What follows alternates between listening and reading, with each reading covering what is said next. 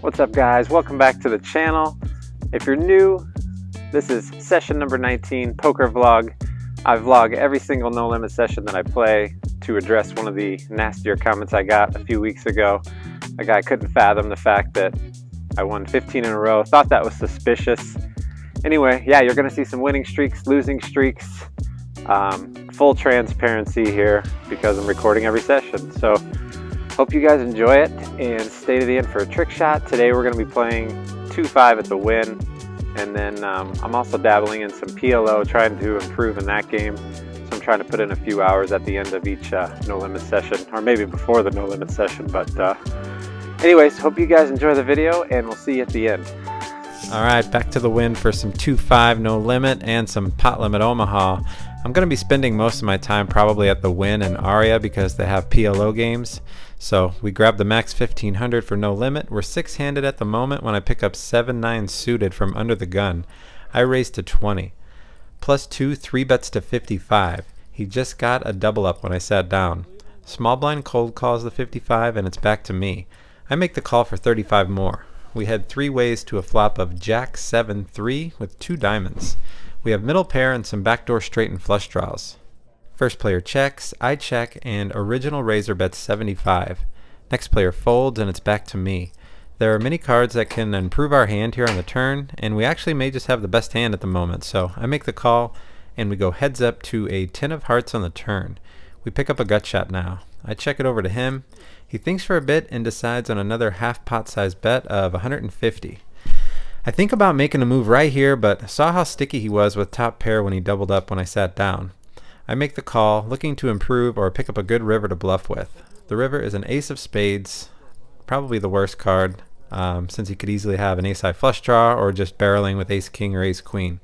So I check, hoping for showdown. He continues, though, with a bet of 300. I make the laydown. I had it. So 1 for the block. He knows I'm vlogging and I ask him to show the bluff for us. He says he can't, he had it, and he shows us 1. It's a 7, so maybe pocket 7s or a hand like ace 7 suited. Nice hand, sir. So we're stuck 300 right off the bat. 10 minutes later I pick up 8-10 suited in middle position. Under the gun limps, plus 1 makes it 20. I'm in a raising mood. I 3-bet to 75. The player who just got me with the last hand cold calls the 75. It folds to the original raiser who just calls as well. We go 3 ways to a flop of 6-4 deuce rainbow. It checks to me. We brick the flop, but I'm sticking with my story. I bet 175 to rep a big overpair. Next player says that's a big bet, tanks for a bit and lays it down, and the other player folds as well. Sure. Yeah, coming out of it. Coming out. The very next hand there is a straddle on for 10 and a blind raise to 20. I'm under the gun with king-queen offsuit. I do something rare. I limp under the gun and likely limp raising if someone raises. Nobody goes for it. Next player calls, straddler calls, and blind raiser doesn't have an option. So we go 4 ways to a flop of king 9-4 with 2 hearts. The straddler immediately leads out into the field with a bet of 45. Next player folds and it's to me. I just make the call to see what his move is on the turn. Next player behind me folds. The original bettor doesn't realize anyone called and tosses his hand all the way in by the board. He finally grabs his cards 15 seconds later and we go heads up to an 8 of clubs on the turn. It's a blank. Now he checks it to me, so pretty certain we have the best hand. He's in the straddle, so he could just have a bad king or a flush draw. I bet 80 for value and to deny equity against that flush draw, and he ends up calling. River brings a 10 of hearts, probably the worst card. He starts reaching for green chips, puts out a bet of 225. Feels like he made the flush. I make the laydown, and he indeed shows the 4-6 of hearts. 45 minutes later, I pick up ace-jack from plus 1. I raise to 15. I get 3-bet again for the 3rd time from the player 2 to my left. I don't like folding or calling, so let's raise here. I 4-bet to 175. He doesn't take much time to think before tossing in a call. So we go heads up to a flop of queen 6-3 rainbow. We have nothing, ace high. Maybe he missed 2. So I continuation bet for 150, just like I would with any of my strong hands. He tanks for a full minute before making the call. He has shades on, so I can't tell if he has a tough decision or if he's putting on a performance to set the trap. We get a blank on the turn, a 7, no help. I'm out of position and potentially drawing dead against an opponent who just picked off a 3-barrel bluff. I slow down and check, and he fires out 250. I give it up and make the laydown. He ends up showing me the ace-king of spades, so he was bluffing with the best hand. Nice float on the flop. The board was so dry I gave him credit for a stronger hand. Nice play. An orbit later, I pick up ace-king from under the gun. I open for 15. 2 players call, and the small blind 3-bets to 100. Earlier, he 3-bet me to 65 on the button, and I 4-bet to 280. Got a terrible board with ace-king and lost on the turn. Action is back to me again, and I 4x raise it again, making it 400 to play. I'm ready to get it in for a big pot. He says he has a good hand but can't call, so it's either jam or fold. I slide my chips back and forth, letting him know I'm ready. He ends up making the lay down this time, and we finally drag some money in. Let me win one. That was me happy that I finally won one. 30 minutes later, I pick up pocket tens. The $10 straddle is on, and I'm first to act. Player on my left just posted his blind, so I open for a little bit bigger and make it 40 to play. One player calls, and it's to the button, who jams all of his chips in, totaling 270. It's folded to me. Decent chance I'm still in the lead, as he'll be jamming some smaller pairs and ace-queen and ace-king with that stack size, and some dead money there in the middle. I call for 230 more. Next player folds. Let's run it out. Got a pair yet? 10 back, right? Yeah. Oh, thanks, sir. 10 back. Yeah, Oh, I'm sorry, you're right. Sorry about No that. discounts, Fred. No discounts. Building the pot. And it's showtime. Let's take a look.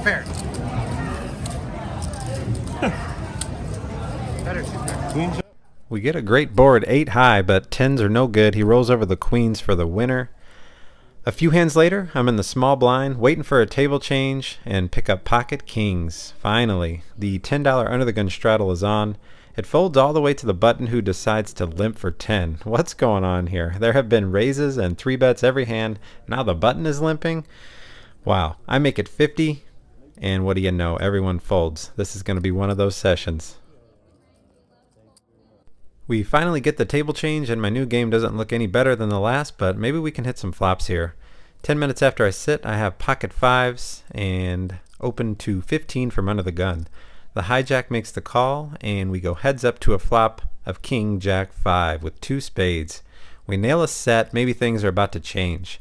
I bet 15, and he quickly raises to 35. It seems weak, so I don't want to give my hand away, and re-raise. I just call. Turn is not the best. 9 of hearts completing an open-ended straight, but not really worried. I check. He checks back. He probably just has a jack. River is an offsuit 4. I bet 75 for value, and he quickly mucks. 15 minutes later, I have 4-5 suited in the hijack. Player on my right raises to 15. I put in the 3-bet to 50. Folds back to him, and he makes the call. We go heads up to a flop of 7-7-5. We have a small 2 pair that's probably in the lead. He checks to me, and I continue for 50. He makes the call. He could be floating here with ace highs, or maybe he has some sort of medium-sized pocket pair like 8s or 9s. We spike a 5 on the turn, giving us a full house. No way he has a 7 here, so when he checks to me, I bet 75 to keep his ace highs in and his other pairs. He ends up calling. River is a 10. Now he leads right out for 110. It feels like sort of a blocker bet, and he wanted to set his price, his calling price, at 110. My gut was actually telling me to just call given the way the session has been going, but I decided that's too nitty. He may just have called with like ace 10 suited, and I'm confident he doesn't have a 7, so I put in a small raise to 235, and to my surprise, he says, Oh, yeah. All in? You really have a 7? Wow.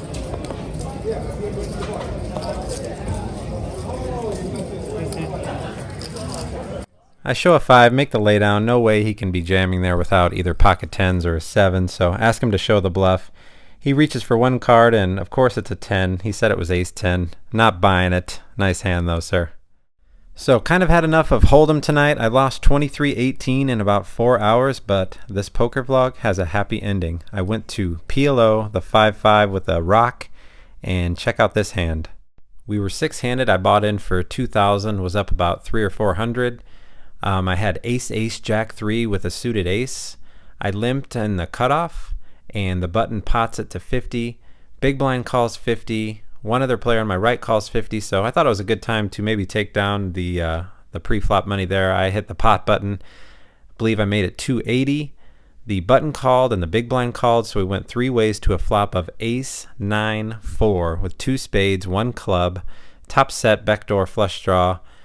Checks to me. I bet 700. The button folds and the big blind gets it all in. Has me covered for, he has 3,000 he bought in for. So we run the board once, and we actually get a king of clubs on the turn, queen of clubs on the river. So top set went to nut flush, and we scoop a monster 5K pot. So happy ending.